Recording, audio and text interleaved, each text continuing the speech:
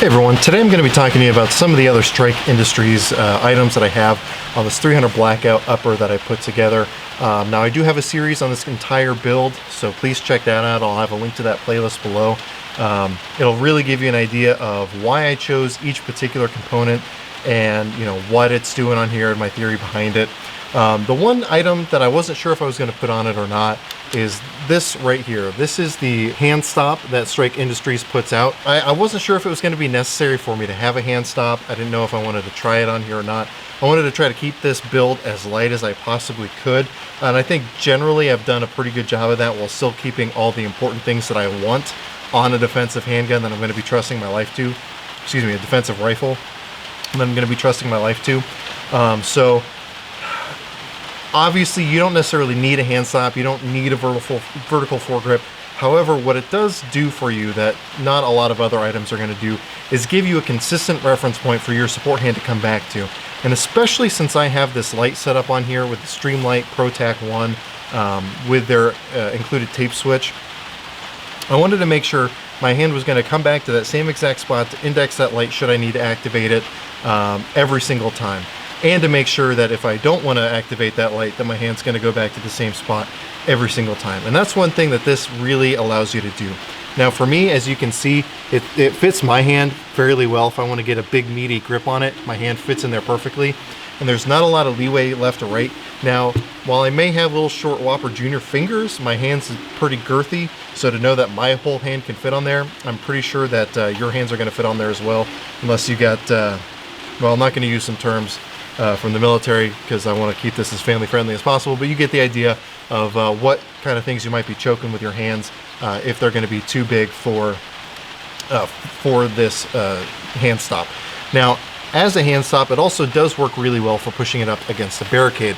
So as you can see up here on the front end, and I'll show you some close-ups as well, but you have this nice right angle right here, and you got some texturing on the front of this. And what that really allows you to do is, should you decide that you need to get right up on a piece of cover, especially for those of you who are competitors, so you don't have to worry about target indicators sticking out past the edge of the barricade, you can really jam this right up against a piece of cover and use that to stabilize your gun and really lean into it and keep it nice and steady against that, which, while it's not a significant increase in recoil, with the slight increase in recoil of a 300 Blackout versus say like a 5.56, that is a nice thing to be able to have to really kind of stabilize that gun. The other nice thing about this is I wanted to be able to make sure that whatever I put on here, I can very easily take this upper from my SBR lower right here that I filed the Form 1 on and put that onto a pistol lower, which you cannot do with a vertical foregrip. So while I thought about putting one of those Magpul vertical foregrips on here, if I did that, I would have to take that off before putting this upper onto a pistol lower. So by doing this, this does not classify as a vertical foregrip. So you can put this on a pistol, which I know a lot of you out there who have 300 Blackouts have it in a pistol configuration. So this gives you the option of doing something like that while staying within the bounds of the NFA, as ridiculous as that is. You can stay legal, which I know is important for a lot of people out there. Now, one of the other nice things about this particular hand grip, or hand stop, whatever you want to call it, is it's pretty lightweight. It's very lightweight metal. I'll put exactly what the metal is because I can't think of it off the top of my head down below. And then I'll even link to where you can find this, and it'll have all the specs you could possibly want, but I'll try to include as many specs as I can over here on the side. It's nice and lightweight, and because you can get it as a direct m-lok attachment, you don't have to worry about throwing extra rail sections on there. You can attach that directly to the rail, which is going to make it more streamlined and a lot more lightweight because you don't have to worry about adding all those extra rail spaces onto your firearm, which is excellent. So I've shot with this for quite a bit now. I'll try to cut in some footage of me doing it. It's going to be hard to do it today just because I don't want to get my camera all rained on. So I'll probably keep the camera under the cover, and I'll step out into the rain so you guys can see exactly how it looks. But I really like this thing. I think it'll probably end up staying on here because, again, it doesn't add all that much weight. And, like I said, I wanted to keep this thing as stripped down as I possibly could. And I think this does a good job of balancing function with keeping everything lightweight. And just because I'm also curious, I'm going to be weighing this later, hopefully today. So I'll put in exactly how much this entire thing weighs without a magazine, just so you guys can get an idea of what weight limit I was able to keep it at. But I'll tell you, I would not have an issue carrying this thing all day long. It's very manageable, very light, and I think does the job that I need it to very well.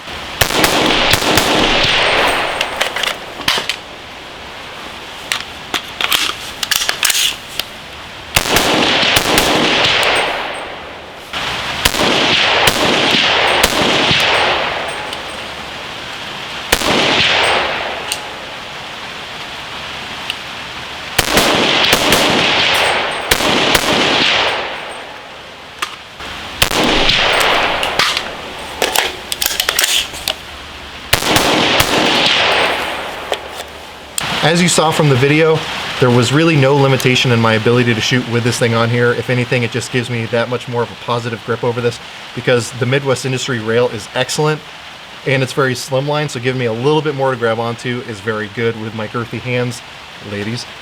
So keep that in mind. If you're looking for a hand stop, there's a lot of options out there. Some of them are just as streamlined, some of them are not, some of them are heavier, some of them are lighter. But I'm really liking what Strike Industries is putting out, and especially when you take into account the price that these things are coming in at, I really think it's worth a try. I highly recommend you check out Strike Industries, and just like I've said in pretty much all my other Strike Industries videos, I really like what that company is doing. Now, as you've seen from other videos I've done of their products, like the Strike Switch, not everything they put out is a winner, but they're trying to definitely stay at the very front of the innovation on the AR-15 and other firearms, and they're coming out with some really, really cool stuff. Again, not everything's going to be a winner, and I'll try to let you guys know what those are before you buy them. But I'm really liking what I'm seeing from the company, and I am very excited to see, you know, what they're coming out with in the future. And I like the direction that that company's going in overall. So that said, I hope you're able to get something out of this video, and I really appreciate you watching.